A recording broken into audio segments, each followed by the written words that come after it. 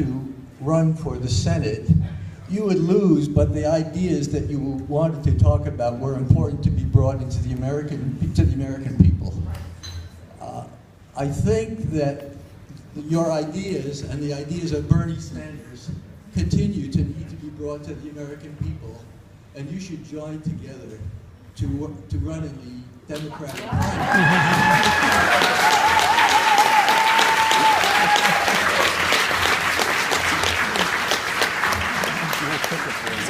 I appreciate the thought. I am not running for president. But this is really important. We have to keep talking about these issues, and we have to find every platform we can, and that's what I'm doing.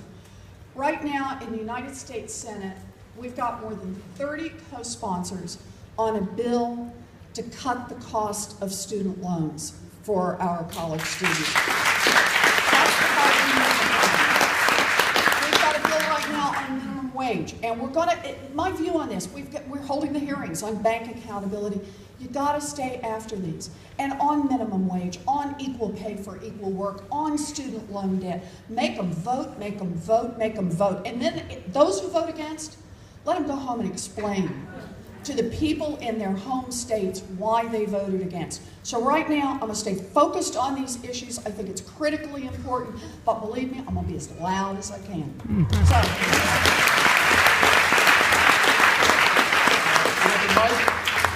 From West Virginia. My question is actually very specific. Okay. Is there any possibility of getting Congress to readdress the exceptions on withdrawals from 401ks? For instance, in my case, I'm making withdrawals so that I can afford to pay for Obamacare. Yay, Obamacare.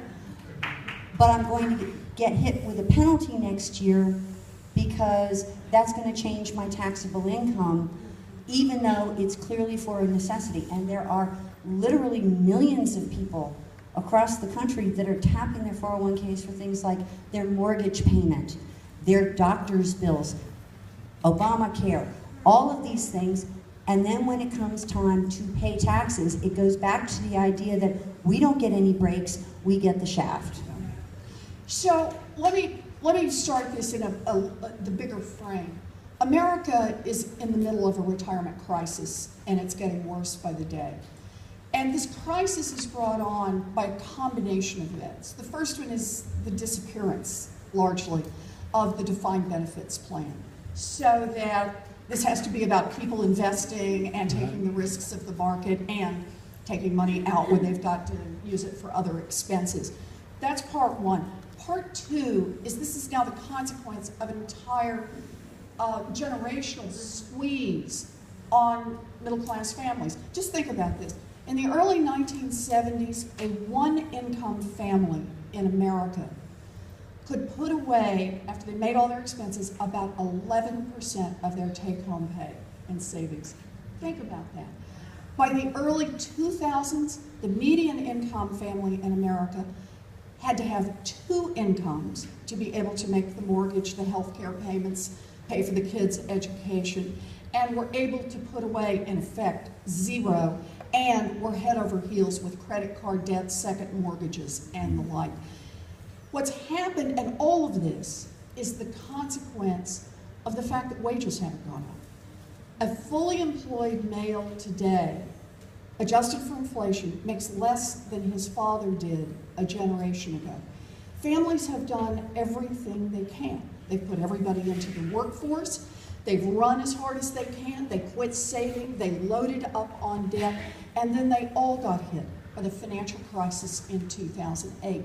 What you're talking about is fundamentally a problem of there's just not enough money to go around. And you look to your 401k not unreasonably. The difficulty, of course, is we're counting on you to look to your 401k throughout your retirement years. So I want to push this in 3 directions very quickly. I'm going to sound like a college professor here, but these are things we have to think about. The first one is we've got to address the retirement crisis directly. This is absolutely the last point in our history that we should be talking about cutting Social Security benefits. We need to increase Social Security benefits.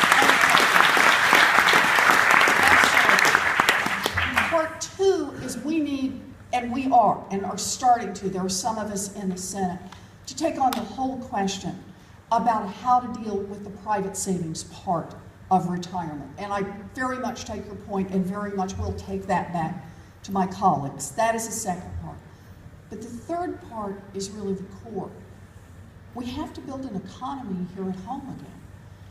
We can't build a future if we're not making the investments together.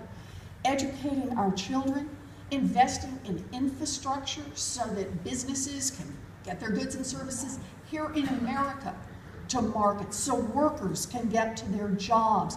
Investing in basic research, in scientific research, in medical research. We know that these investments pay off. And yet, what we've been doing for 30 years is cutting back on those investments. Why? So that we could have a tax system that left more money for the rich and the powerful. And we've got to reverse that trend. We can't do this. So part of the answer on this is going to be, and I know it's not the immediate answer, but it's got to be the long-term answer, so not everyone is in the same circumstances, has got to be that we have got to be willing as a country to say everybody pays into this system fairly. A progressive tax, there's a reason it's called progressive, a progressive tax that gives us the revenue we need to make the investments we need to build real opportunity here at home. So, yes. Thank you. Attorney General Eric Holder has recently changed course on too big to jail, saying that none of the biggest banks are too big to jail. I'll believe it when I see one in jail. Exactly. And so, thank you. That effort has been directed at Credit Suisse for helping taxpayers to shelter their assets. No, I'm sorry. I hate to interrupt the question. It is not to help taxpayers shelter their assets. It was to help people break the law. That's why they are in trouble. No. Thank you for the clarification. Sorry. But I guess my point is, I see this largely as a public relations move on the effort, on the part of the Department of Justice. Do you think that this is just PR, or do you think that there's a real appetite to be going after American banks for real malfeasance? You know, this has been an enormous frustration for me, and that is the lack of accountability all the way through it.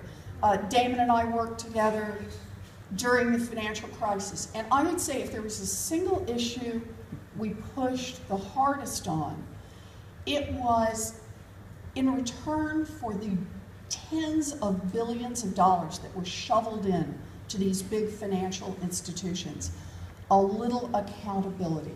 Accountability on where the money went, accountability on the changes that the financial institutions would make, accountability that how they would spend that money in ways to help the American economy. And what we got, and I want to be clear, this is under both administrations, was nothing out of that. This is one more way in which the playing field is tilted. Wall Street has been rebuilt. Has anyone looked at the Dow Jones? Talk But the about rest the of- Glass-Steagall bill. But the rest of the economy, not so much. And the Glass-Steagall bill is a great example of that. So you all remember the Glass-Steagall bill coming out of the Great Depression, that we put in place a rule that said, in effect, banking should be boring. That's the part of financial services that should be really boring. Your checking account, your savings account, it has to be walled off from the kinds of risk-taking and investment that happens with hedge funds and on Wall Street and other kinds of money management. Put that in place. And not surprisingly, the financial institutions, the big ones, didn't like it, and they kept pecking at the wall, right? And throughout the 80s and the 90s, they'd get one hole in it, and then another hole in it, and another hole, and then in the late 1990s, it was repealed, Glass-Steagall. So the idea was, in effect, anything goes. The big financial institutions can be in any financial services they want to be, and of course we all know what happened. This is happening simultaneously with the moment that the financial institutions had figured out that they could make incredible profits by selling people mortgages that people would ultimately not be able to pay off. It was like selling grenades with the pins already pulled out. It's going to be okay for a while, but then that thing is going to go off. And of course, that's what happened. They also packaged up those grenades and sent them out into the marketplace generally. They were purchased by your pension funds, they were purchased by townships and municipalities trying to finance themselves. So both of these have gone on at the same time. Big financial institutions have taken on enormous risk. Glass-Steagall is gone. They're making great profits right up until the grenades start exploding in huge numbers and the entire economy crashes. So what happens at that point? At that point, the federal government says, we're going to come in and we're not going to let this economy go back to the Stone Age, but we're going to put in lots of money to help support this economy. This was the $700 billion target. But the Treasury Department, under both administrations, starts shoveling that money out on a no-strings-attached basis. And when you shovel the money out on a no-strings-attached basis, you have just created too big to fail. Just so you understand, when I say no-strings-attached basis, I come out of a background of teaching bankruptcy law for many years. Chapter 11, when new money comes in, which it often does in failing businesses, it's always on terms that say the old debt gets wiped out, the shareholders get wiped out, the old debt takes a haircut, the management gets fired. That's usually the deal, and they got to That's how you keep discipline in the system, and that's how you make sure the new money will be protected, that they really are going to do something different going forward. This did not happen with the big financial institutions. So right now, what we've got is I've got a bill pending in the United States Senate. My co-sponsor is John McCain and Maria Cantwell from Washington, Angus King, an independent from Maine. And we propose instituting a 21st century Glass-Steagall bill. I say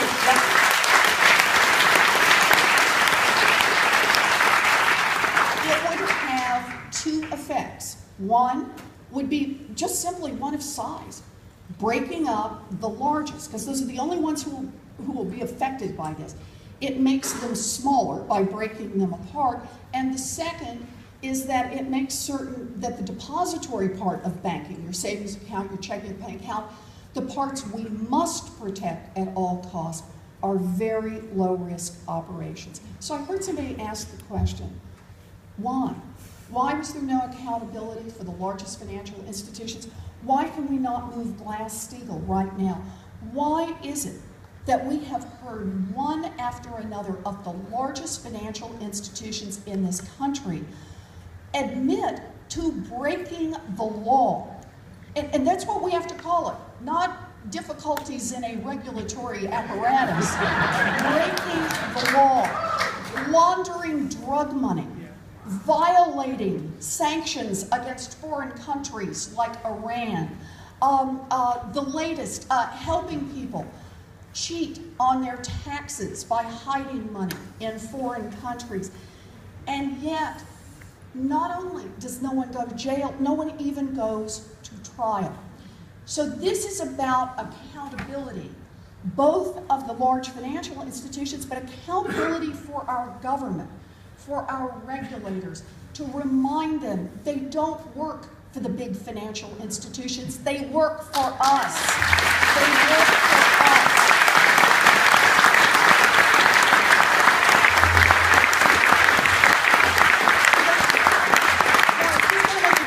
But this really is the central point. Who does this country work for? That's the question in front of us right now. Does this country work for those who've already made it big? Does this country work for the biggest financial institutions who can still hire armies of lobbyists and do? Does this country work only for the billionaires and for the millionaires and for the Fortune 500? Or is this a country that works for everybody else?